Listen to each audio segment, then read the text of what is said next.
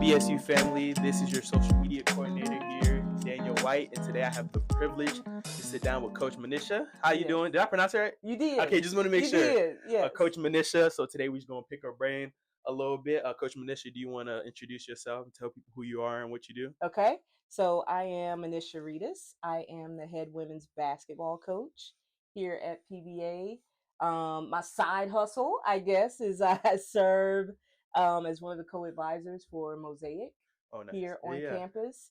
But basketball coach is, I guess, the biggest part of it. I've been here. This is year 6. Yeah. And have loved every minute of Florida. I'm born and raised in Alabama. You hear the twang. Yeah, a little bit.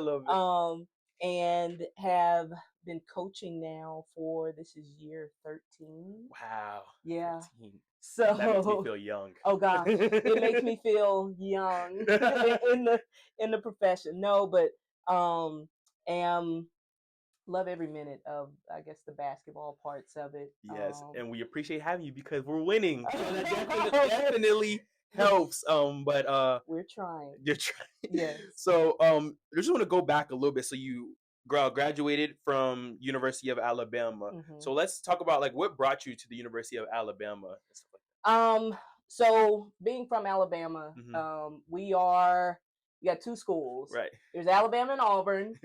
We have no professional teams, so it's like pick one kind of thing. Growing up, you're rooting for one or the other. Right. Was recruited by both, and then ultimately chose Bama. Yeah. My older sister went to Bama.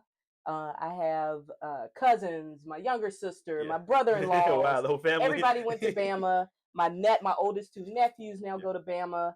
So just, I mean, being from the state, having an opportunity to continue playing ball. Yeah. I visited obviously multiple times with my sister being there. Yeah. So got there, got brainwashed, bleed crimson, all the things, roll tide. Yeah. But so it just was the perfect fit for me, just growing up. Entering young adulthood. Right. So I had a great college experience. Yeah. I might have had too much fun, but I had a great college experience. Yeah. So like you're at University of Alabama. You would say for the most part you excelled there. So did you like feel a calling towards coaching like while you were there, or was it kind of something you discovered in later years? I did a 180 in career. So I was a business major, marketing. So I did some odd things. Out of college, I was a sales rep at a steel plant back at home.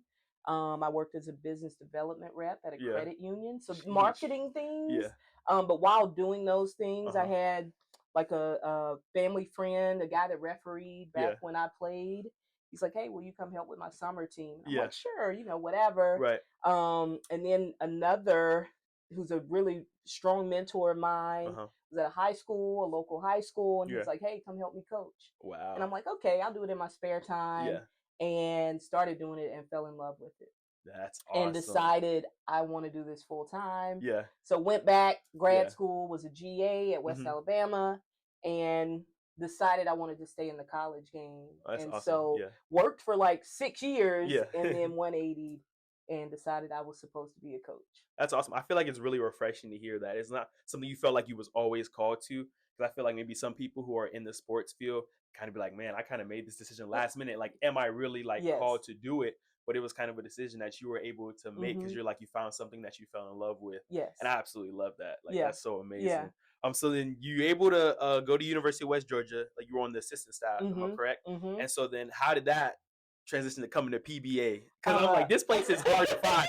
I had to have a friend to go here to even know it existed. So I'm just interested to hear how you found out. So God, yes. But I do think he works in mysterious ways. Yes, Courtney Lovely Evans, who is now the AD, we had a mutual friend.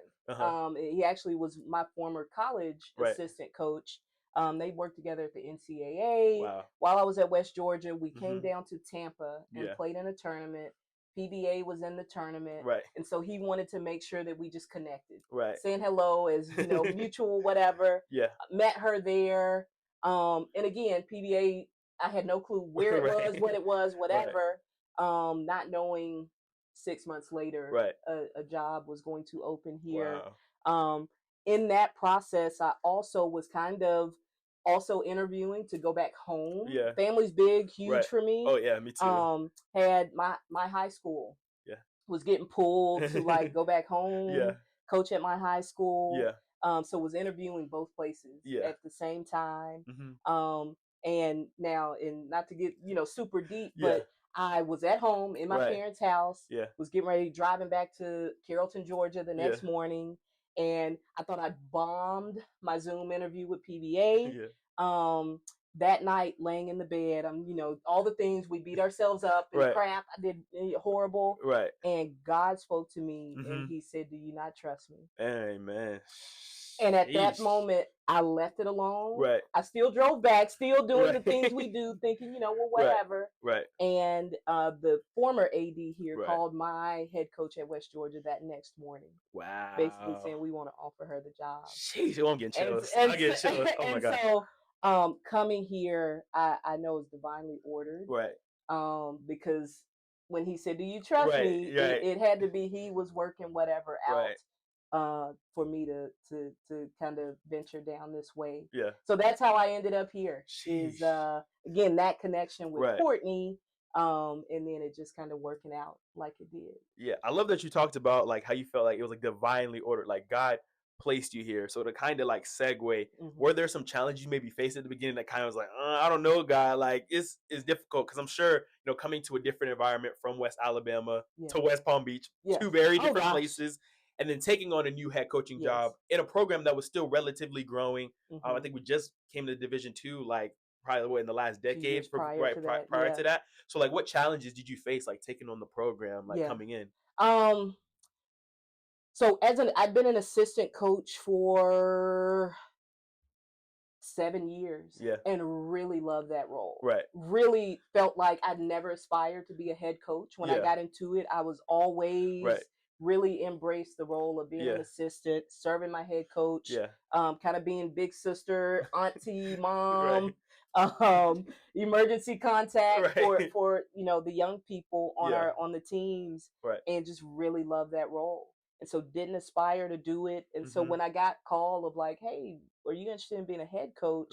It was kind of like, And so there was that maybe, and kind of figuring out the dynamic of moving over a seat, leading and running a program that was, it was not used to finding success consistently. And so knew coming down, there'd be that challenge of like, hey, we need to rebuild everything. And so all of that. This is the furthest that I've probably lived away from my family.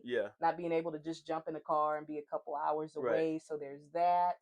And so all those things of coming into a new place, because this ain't the South. No. I'm born and raised in Bama. We let people over. We open doors. We say, hey. And here you're honking if you don't go right away on green. And all of that. But so just all of that. And now as a competitor, it's, sure. Let's go. Let's do it. And we'll make it work. But wanted and needed to find some patience and as much as we tell our kids, trust the process, I needed to do that myself. I'll share this too. I think another part of coming here, and then even meeting a challenge when I first got into coaching, I had an aunt who said to me, are you also ministering to your players? That's good. And in the moment, I was a basketball coach. Didn't feel like I'm let's get on the court and that. And so when she said that to me, it all kind of came full circle in coming here. I'd never worked at a Christian institution. Didn't know what to expect. I know Jesus. I love him, all the things. But it never worked in a Christian higher ed environment.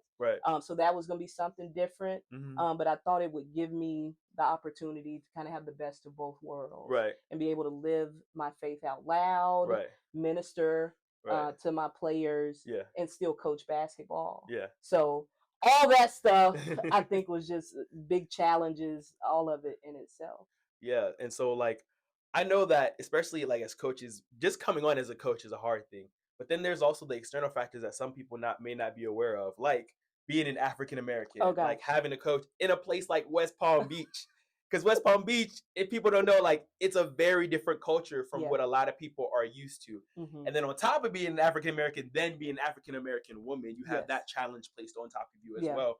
Because I know we're seeing a surge now, like what I like to call almost like a renaissance in like women's basketball, women head coaches. You got Dawn Staley, all these people that are really starting to like change the direction of what women's basketball is. And so can you speak to maybe the challenges that you face being an African American woman coach? And then like, how did you navigate that? Like, what ways did you find that I was like, all right, this is how I can coach maybe this style? Like, could you speak to that?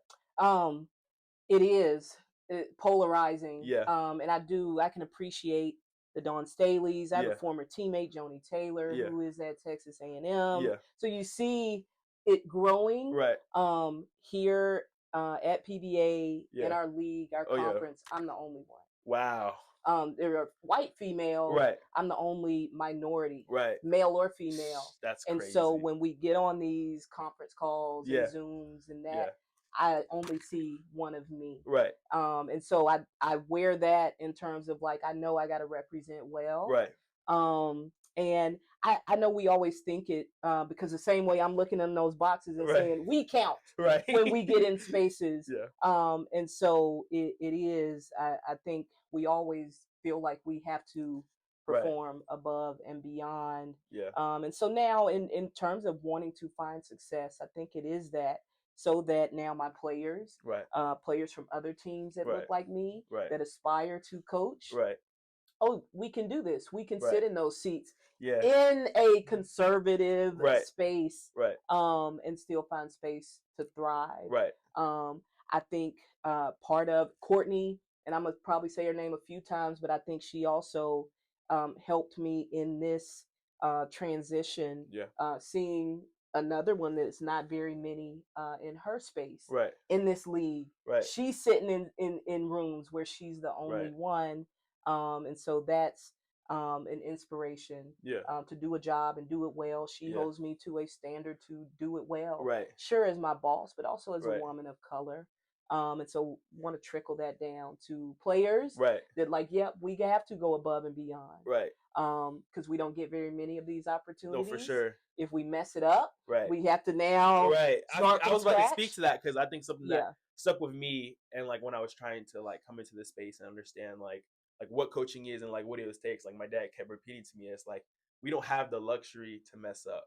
Like as crazy as that sounds, and maybe to other people, once you're in it, you start to understand why. Because like you said, opportunities come far in between. It's like, and you look at, the NFL and these places, like you have to take advantage of the opportunity when you have it. Then you're not also doing it for you, you're doing it for the person that's coming behind you and all the people that are going to come after you and be in your same position.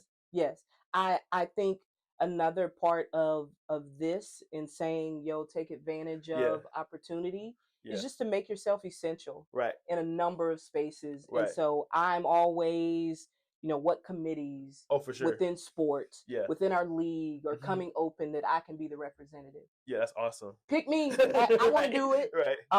Just so again, I'm able to represent in spaces where maybe we're normally not in those seats. But just again, I want to expand when my resume goes in front of somebody, or again, just representation. I want to find spaces to anything, even on this campus, like who needs to be what. And I know we get picked on sometimes because it's so few, but I'll do it just for representation, and I want to do it well, so that the narrative isn't where folks can make whatever it is up. Nope, you saw me in there, you talk to me, whatever, so you know what you're getting, and want that to be what the young people of color on this campus see. They're like, readily. You see us out here in these spaces, and we're always where do we need to be? And sure, maybe you get stretched thin, but we want to represent. What I loved is the part where you said like you want to almost like build your resume, and so like is that something that you speak to like with your players of like making sure that like, because when they talk about like bigger than basketball, like that's real, like the stuff that you do off the court will echo out throughout eternity on this campus. And so like, have you made that a thing to make sure that your players like off the court make sure they take that life even more important than what happens on the court. Yeah, it is in terms of them broadening their horizons. Yeah, for sure. And go sign up to be a student leader. Yeah. Fill this out, because I've already talked to them about you, so you're gonna do this. Yeah. And so every space that they can take advantage of, building their own resumes, I think it is that. Again, you're used to being one of the only ones in your classes, in certain groups, all of that, and so embrace it. And continue to go find space to represent, because it's what the real world looks like. That now you're going to be, when you enter your careers and all of that, still in the minority. And so now where can you find space to make yourself essential and find space to represent? Like, start doing it now. Is what we preach all the time. I know women's basketball is the most diverse thing on this campus. For sure. Some of it may be on purpose, and I know it spoke to. I think that's a reflection upon you. That's great. That's a great thing. Yes, it is. We don't go seek out. Okay, we've got 4 black ones. Now we need to go get. But it's we're conditioned, I think, to think that way sometimes. But all of our players, and so for sure our brown skinned babies, it is. We want to go above and beyond so that they feel like they can come thrive on this campus. And so a lot of that maybe is pushing them until they get to a place where, I signed up for this. Will you write me a recommendation for this? And yes, every time. Every time. So I also can think about what my dad would always say when he talks about you don't want to be the bad stain somebody's mind. So you look as an African American male, then as an athlete, you don't want somebody's reference of that to be you and you doing something wrong. You want it to be doing something right and being a great representation. So to kind of segue and close out, what advice would you give to somebody who's maybe trying to be in your field, like me, trying to coach, trying to be in the lane of basketball? What would your advice be? I think maybe speaking the same way that maybe we've said it. Don't throw away your opportunity. For sure. And maybe it's crappy to have to go into it thinking that way. But so have that in the back of your mind. But then also go shine. When you get the opportunity, because they are few and far between a lot of times. And understand the importance of not giving anybody a reason to say, this is the narrative, or we knew it, or whatever it is. I'm showing up and being the best version of me every day. Yeah, that's awesome. And sure, it's going to be the adversities and whatever else. But my dad, the best advice I ever got from him was control what you can control. For sure. And so a lot of it is that we preach that all the time to our players. But so it is that. You're going and you're representing a whole number of your family, yourself, this institution, all of that. But being a minority and doing all of that also means that if you blow this, it's gonna be tough. For sure. And so go represent, but for sure keep in the back of your mind that you don't get to blow this. Take advantage of it and show that you can thrive in those spaces where sure you're the minority, but show that you belong. Amen. So do it to the best of your ability. Control what you can control. Show up every day and be the best version of you. Mic drop, man. What I love that Coach Manisha said, she said, go shine, go take advantage of your opportunities. So this has been such a great conversation. So enlightening. Thank you for allowing us to just pick your brain a little bit, man. I have no words. Till next time, BSU family.